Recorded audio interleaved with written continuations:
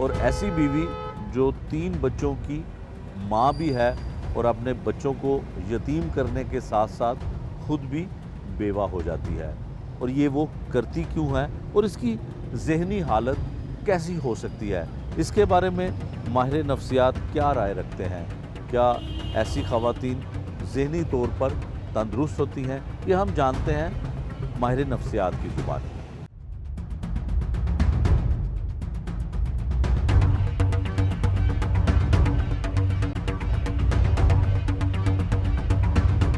اور اگر پلان تھا تو اس کا مطلب یہ کہ عورت پورے ایموشنل ٹرموائل سے گزر رہی تھی.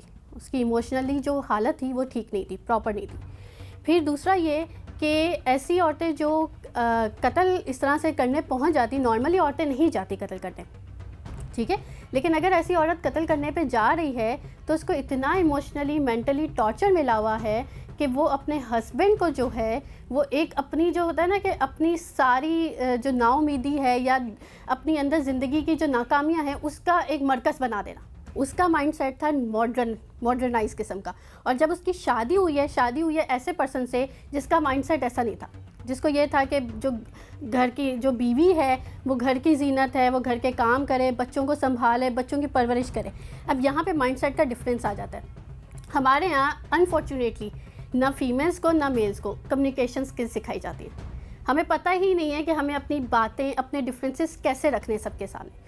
اگر ہم اپنے ہسبینڈ سے بات کریں یا وائف سے بات کریں, ہمیں سمجھ ہی نہیں آتا ہم اپنی ڈفرینسز کیسے رکھیں. ان دونوں میں جب کمیونیکیشن ڈفرینس آیا, اور ان دونوں میں یا ایسے کوئی بھی کپل ہوں, ان میں جب کمیونیکیشن ڈفرینس آتا ہے, کیسے آتا ہے کمیونیکیشن ڈفرینس؟ ایسے آتا ہے کہ جب آپ اپنی بات سامنے نہیں رکھ رہے, آپ کا ریلیشن شپ جو ہے نا پراپر سیفٹی کے ساتھ نہیں, آپ اپنی ولنریبلٹیز نہیں سامنے رکھ رہے, آپ اپنے ڈفرینسز سامنے نہیں رکھ رہے, آپ کو جو بات بری لگ رہی ہے آپ وہ سامنے نہیں رکھ رہے, اور جو کانفلکٹس ہو رہے ہیں, جو جھگڑے ہو رہے ہیں, کیونکہ نارملی جھگڑے ہوتے ہیں, وہ آپ پراپر ٹیک سے ریزالو نہیں کر رہے. پراپر کمیونیکیشن کر کے ہی ہم جو ہیں وہ جھگڑوں کو سالو کرتے ہیں نا, کانفلکٹ کو پراپر ریزالو کرتے ہیں, ہم پراپر اس کو بات کر کے سالو کرتے ہیں نا. تو جب ہم بات ہی نہیں کریں گے, اپنے ایموشنس کو ہم اپنے اندر دبا کے رکھ دیں گے. اب آپ کو پتہ ہے عورت جو ہے جب اپنے ایموشنس کو دبا کے رکھتی ہے وہ اوور تھنکنگ کا شکار ہوتی ہے. عورتوں کے اندر اوور تھنکنگ کا بہت بڑا مسئلہ ہے, بہت ایک بات کو سوچتے رہنا, اور وہ اتنی سی بات ہوتی ہے اور اس کو سوچ کے جو ہے نا عورت اتنا بڑا بنا دیتی ہے. آپ کو یہ پتہ ہی ہے, آپ سب کو ہی پتہ ہی ہے. تو اب جب عورت ہے, اس نے چھوٹی سی بات ہے وہ سامنے نہیں رکھی, اور وہ بات اس نے اپنے دل میں رکھ لی کہ یہ تو میرے ساتھ یہ برا سلوک کرتا ہے, چاہے وہ وہاں پہ اس کے ساتھ ابیوسو نہیں ہے, چاہے وہ اس کو ٹارچر نہیں دے رہا, لیکن عورت نے اپنے دماغ میں بات بٹھا لی ہے کہ یہ مجھے نہیں سمجھتا, اس کو تو سمجھنا چاہیے تھا میری بات, میں اگر ناراض ہوں اسے تو اس کو سمجھنا چاہیے, اس کو منانا چاہیے, کیوں نہیں مناتا, کیوں نہیں آتا میرے پاس. اب یہ عورت نے اپنے دماغ میں رکھ لیا. اب عورت نے کمیونیکیٹ نہیں کیا. بات ہوتی ہے کمیونیکیٹ کرنے کی, کیونکہ آپ جو بھی انسان ہے وہ ایک دوسرے کی فیلنگس نہیں سمجھ سکتے جب تک آپ کمیونیکیٹ نہیں کرو گے. اور ادھر میل کو بھی ہوتا ہے, میل کہتا ہے کہ میں آفس سے تھکا آ رہا آتا ہوں, میں اتنی ٹینشنز برداشت کر کے آتا ہوں, اور یہ جو ہے نا یہ شکایتیں میرے اوپر کر دیتی ہیں, گھر والوں نے یہ کیا, تم یہ کرتے ہو, وہ یہ کرتا ہے. جو مرد کی سائیکی ہے نا, مرد کی سائیکی کہتی ہے کہ میرے ساتھ شکایتیں نہیں کرو, میرے ساتھ پیار سے بات کرو, اپنی بات ضرور رکھو لیکن پیار سے رکھو. یہ شکایتیں جو بار بار آپ کرتے ہو نا کہ تم نے ایسا کیا, تم نے میرے ساتھ یہ کیا, تمہیں یہ سمجھنا چاہیے, مرد اس چیز سے بھاگتا ہے. پھر مرد ہے, اب آپس میں جو پہلا جھگڑا تھا نا وہ چھوڑ کے اس پہ جھگڑا شروع ہو جائے گا. تم میری بات ہی نہیں سنتے کبھی بھی, تم مجھ سے بات ہی میں تم سے جو بات رکھنے جاؤں تم میری بات ہی نہیں سنتے, تم میری بات سمجھتے نہیں ہو. اب یہ بات عورت کے دماغ میں بیٹھ گئی ہے, اب یہ دہراتی رہے گی, ڈیلی دہراتی رہے گی. اور اکثر عورتیں ایسا بھی کرتی ہیں کہ اس میں بچوں کو بھی شامل کر لیتی ہیں, بچوں کو بھی بولنا شروع کر دیں تمہارے ابا تو ایسے ہی کرتے ہیں, تمہارے ابا تو ایسے ہی ہیں. تو ایسے بھی عورتیں جو ہے نا بچوں کو شامل کر دیتی ہیں. اب کیا ہوا, ایموشنل سپریشن آ گئی, اپنے ایموشنز اندر دبا دیے. اسپرنگ دیکھا ہے آپ نے, اسپرنگ کو جب دباؤ وہ پھٹ کے ایک دم سے اٹھتا ہے نا, اسی طرح سے جب آپ اپنے ایموشنز اپنے اندر سپریس کر دیتے ہو, اپنے اندر دبا دیتے ہو, وینٹ آؤٹ نہیں کرتے پراپرلی, تو وہ کیا ہوتا ہے, ایموشنل ڈسٹینس کریٹ ہو جاتا ہے. اب دونوں کپلس کے درمیان ایموشنل ڈسٹینس کریٹ ہو گیا ہے, دونوں کپلس کے درمیان مس انڈرسٹینڈنگس کریٹ ہو گئی ہیں. اب وہ کچھ بھی نہیں ہے, کوئی باہر کا پرسن نہیں ہے, یہ آپس کا ہی ہے, آپس کا تعلق ہے. اب جو ایموشنل ڈسٹینس کریٹ ہو گیا نا, اس کی وجہ سے ایک اسپیس کریٹ ہو گئی ہے. اب اس اسپیس کا فائدہ وہ لوگ اٹھاتے ہیں, جیسے اب جو اس کا افیئر تھا وہ لوگ اس اسپیس کا فائدہ اٹھاتے ہیں. اب وہ وہ لوگ کیا کرتے ہیں, فائدہ اٹھانا ہوتا ہے, کیونکہ ظاہر سی بات ہے کوئی نیچرل تو لو افیئر تو ہوتا ہی نہیں. کون مطلب کسی شادی شدہ عورت کے ساتھ لو انٹرسٹ اپنا شو کرے گا؟ اب وہ ہوتا کہ اپنا فائدہ ہوتا ہے, اپنا فائنینشیل سپورٹ لینی ہوتی ہے, یا کچھ اور فائدے ہوتے ہیں جو فزیکلی بھی فائدے ہوتے ہیں, کچھ اس طرح کے بہت سے فائدے ہوتے ہیں, یا ایموشنلی جو ہے وہ عورت سے اپنی جو ہے وہ انٹرسٹ لینا, انرجی, ایموشنل انرجی لینا. تو اس فائدے کے لیے مرد, وہ جو اگلا پرسن ہے نا, وہ آ کے کیا کرتا ہے, وہ کرتا ہے اپنا ایکسیسو لو اینڈ کیئر شو کرنا. اور اتنی لو اینڈ کیئر شو کرنا, ہر چیز پہ ٹائم پہ جواب دینا, ٹائم پہ سب کچھ کرنا, اس کا خیال رکھنا, رسپیکٹ دینا اس کے سامنے, کہ عورت کو یہ لگے کہ یہ تو بہت اچھا پرسن ہے, اس سے تو اچھا پرسن دنیا میں ہے ہی نہیں کوئی. اب وہ پریٹینڈ کر رہے ہوتے ہیں, کیونکہ وہ مینوپلیشن ہے نا, یہ مینوپلیشن کے اندر آتی ہے, مینوپلیٹو ٹیکٹکس ہے. اب وہ پریٹینڈ کریں کیونکہ ان کو فائدہ اٹھانا ہے, ان کو پتہ ہے کہ یہ عورت تو کمزور ہے, اس کو اس طرح سے شکار کروں گا تو یہ شکار ہو بھی جائے گی. اب عورت جو ہے نا پھر اپنے دل کی بات رکھتی ہے, کہتی ہے کہ میرا شوہر تو ایسا ہے, میرا شوہر تو جو ہے نا مجھے توجہ ہی نہیں دیتا, میرا شوہر میری بات نہیں سنتا, اس کو تو سمجھنی چاہیے میری بات, میں ناراض ہوتی ہوں تو مجھے مناتا نہیں ہے, اس کو تو یہ کرنا چاہیے. اب وہ کیا کر رہا ہے دوسرا والا پرسن, وہ کہہ رہا ہے ہاں تم ٹھیک کہہ رہی ہو, شوہروں کو ایسے ہی کرنا چاہیے.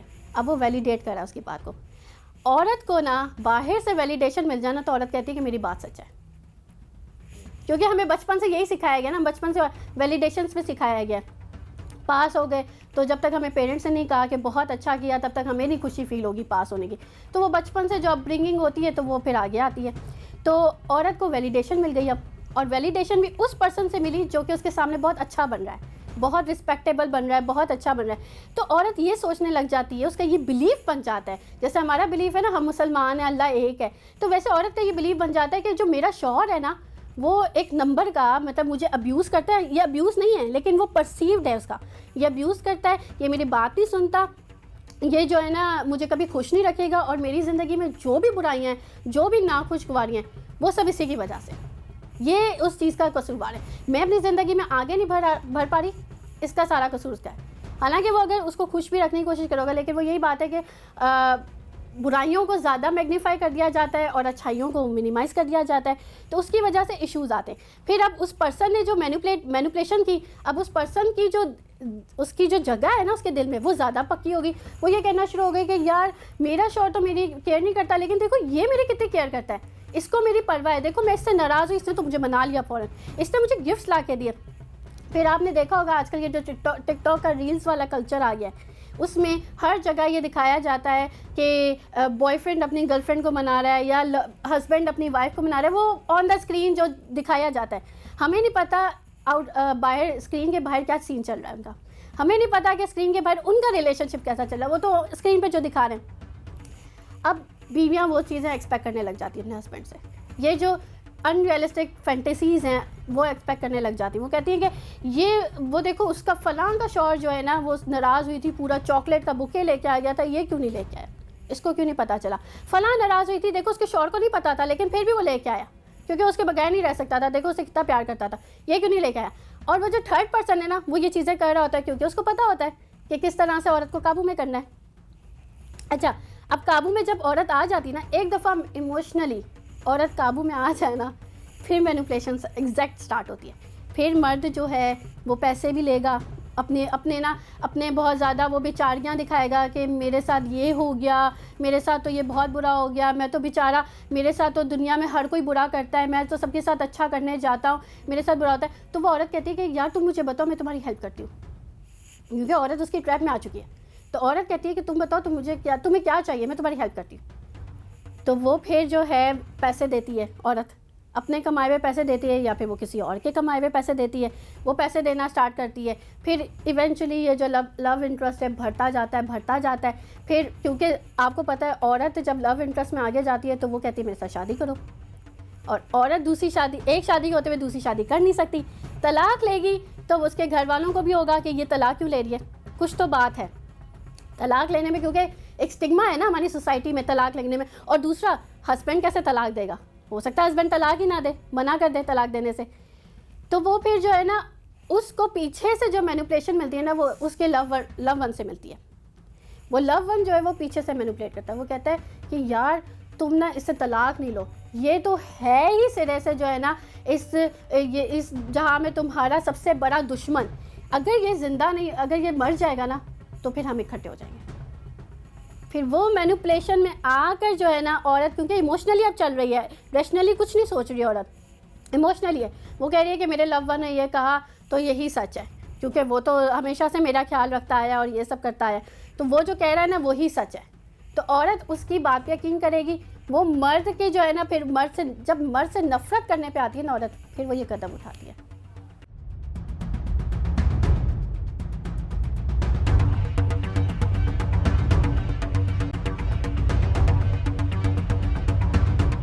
غلام علی رضا سنگلا ماہر قانون ہے ہمارے ساتھ, جو مقدمہ اور جس کیس کی ہم بات کر رہے ہیں, اب ان سے قانونی رائے ان سے ہم لیتے ہیں کہ اس کیس میں کیا ہوگا. شریک جرم مقتول کی بیوی اور اس کا ایک آشنا اور اس کا بھائی, 3 ملزم اس میں ہیں. پہلے مقدمہ جو ہے وہ نامعلوم افراد کے خلاف درج کیا جاتا ہے. 15 پہ کال جو ہے وہ چلتی ہے کہ ڈکیتی رابری کی واردات ہوئی ہے, 3 لوگ آئے اور گلا کاٹ کر چلے گئے, لوٹ مار کرنے کی غرض سے آئے تھے, لیکن معاملہ پھر کچھ اور نکلتا ہے. سنگلا صاحب یہ بتائیے گا کہ 302 کی دفعات کے تحت مقدمہ درج ہوتا ہے پہلے, اور ایف آئی آر جو ہے وہ نامعلوم افراد کے خلاف ہوتی ہے. یہ بتائیے گا کہ اس پہ تو معاملہ کیس میں کچھ اور نکلا, اور قانونی تقاضے اگر پورے کیے جائیں تو کن لوگوں کو سزا ملے گی؟ مقتول کی بیوی نے قتل کروایا, اس کا آشنا اس کی مدد کرتا ہے, پھر اس آشنا کا بھائی اس کی مدد کرتا ہے. 3 بیسیکلی ملزم ہیں اس میں.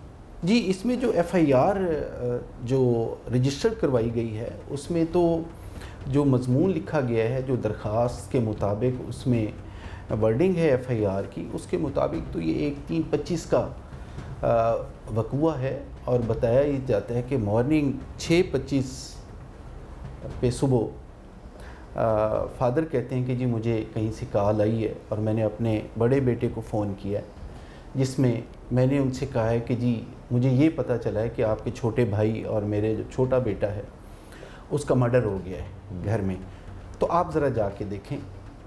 تو اس پہ اب بھائی جاتا ہے, بھائی کہتا ہے کہ جی میں وہاں پہ پہنچا ہوں. جب میں اپنے بھائی کے گھر پہنچا ہوں تو میں جا کے دیکھتا ہوں کہ میرے بھائی کی ڈیڈ باڈی, لاش پڑی ہوئی ہے بیڈ پہ. میرے بھائی کو کسی نامعلوم شخص نے, افراد نے مل کے قتل کر دیا ہے.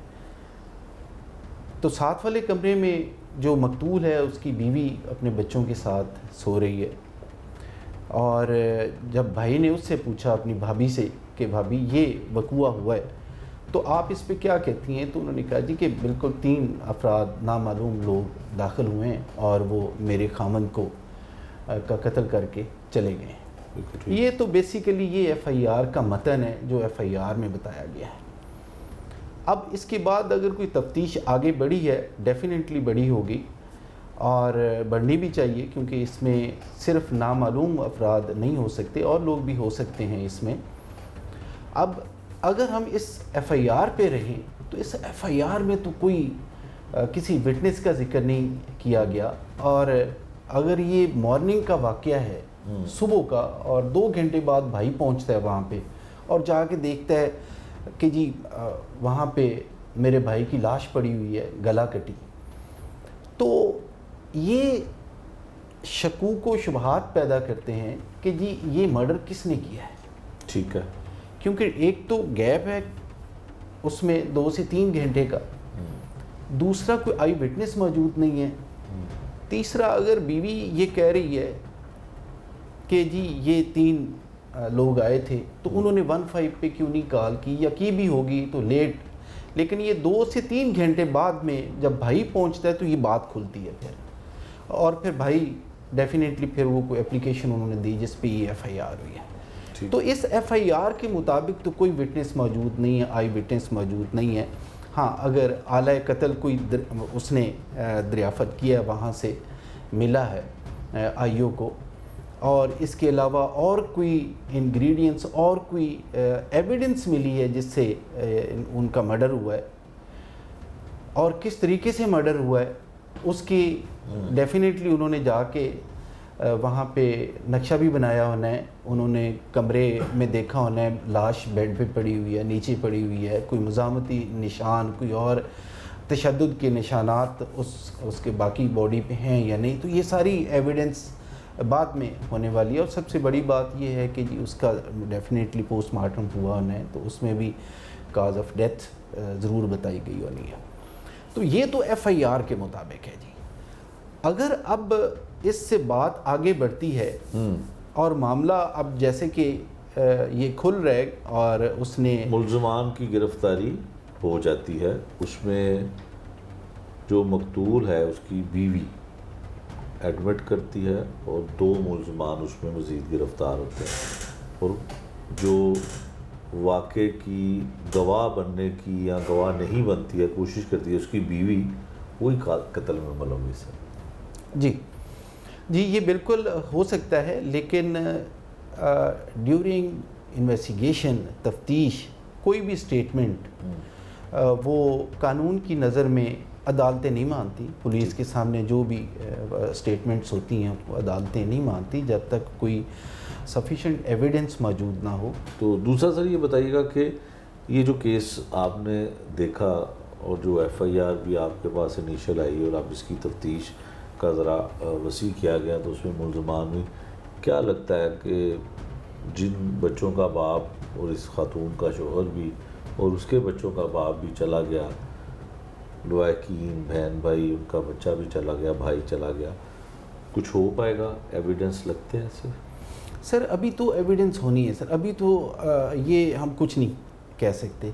As per this F I R تو ابھی بالکل چیزیں بلائنڈ ہیں. ٹھیک ہے, کیونکہ جب ایویڈنس ہی موجود نہیں ہے, آئی وٹنس ہی موجود نہیں ہے, ابھی کوئی ایویڈنس ایسی اکٹھی نہیں ہوئی تفتیشی صاحب کے پاس, تو یہ کہنا ابھی مشکل ہے کہ کتنی سزا ہو سکتی ہے. کتنی سزا ہو سکتی ہے. یہ ہم نے لیجی قانونی رائے, اور جس طرح سے قانون ہر شخص کو اس کے قانون کے مطابق سزا دینے اور اس میں سزا دلوانے میں اہم کردار ادا کرتا ہے قانون, تو اسی طرح سے جو یہ ملزمہ خاتون ہے جو مقتولہ کی بیوی بھی تھی, اس کے ساتھ جو شریک جرم دوسرے ملزمان تھے, ابھی پولیس نے تو ان کو گرفتار کر لیا ہے, ان کو حراست میں لے لیا ہے, ان کی گرفتاری کو بھی عمل میں لایا گیا ہے, ریمانڈ بھی لیا گیا ہے, لیکن ان کا عدالت میں بھی ٹرائل ہونا باقی ہے. قانون یہ کہتا ہے, جس طرح سے سر نے بتایا, کہ ہمیں جو بھی قانون کے مطابق ان کا جو اسٹیٹمنٹ ہے عدالت میں ہوگا, پھر اس کے بعد اس کو کنسیڈر کیا جائے گا. پولیس کی کسٹڈی میں جو بیان ہوتا ہے اس کی وہ حیثیت یا وہ اہمیت عدالت میں نہیں ہوتی ہے. یقیناً آنے والے وقت میں پتہ چلے گا کہ پولیس جو ہے وہ کتنا مضبوط کیس بنا کے عدالت میں پیش کرتی ہے اور ان ملزمان کو قرار واقعی سزا ملتی ہے. یہ آنے والے وقت میں ہی ہمیں پتہ چل سکے گا. آج کے پروگرام میں ہم نے آپ کو بتایا کہ کس طرح سے ایک شریف آدمی جو ایک سرکاری آفیسر ہے, ریلوے کا آفیسر تھا, اس کو کس طرح سے قتل کیا جاتا ہے, اور قتل کرنے والا کوئی اور نہیں, اس کی اپنی بیوی اس میں ملوث ہوتی ہے. یہ تھا آج کا جرم انجام. نئے پروگرام تک کے لیے مجھے دیجیے اجازت. اللہ نگہبان.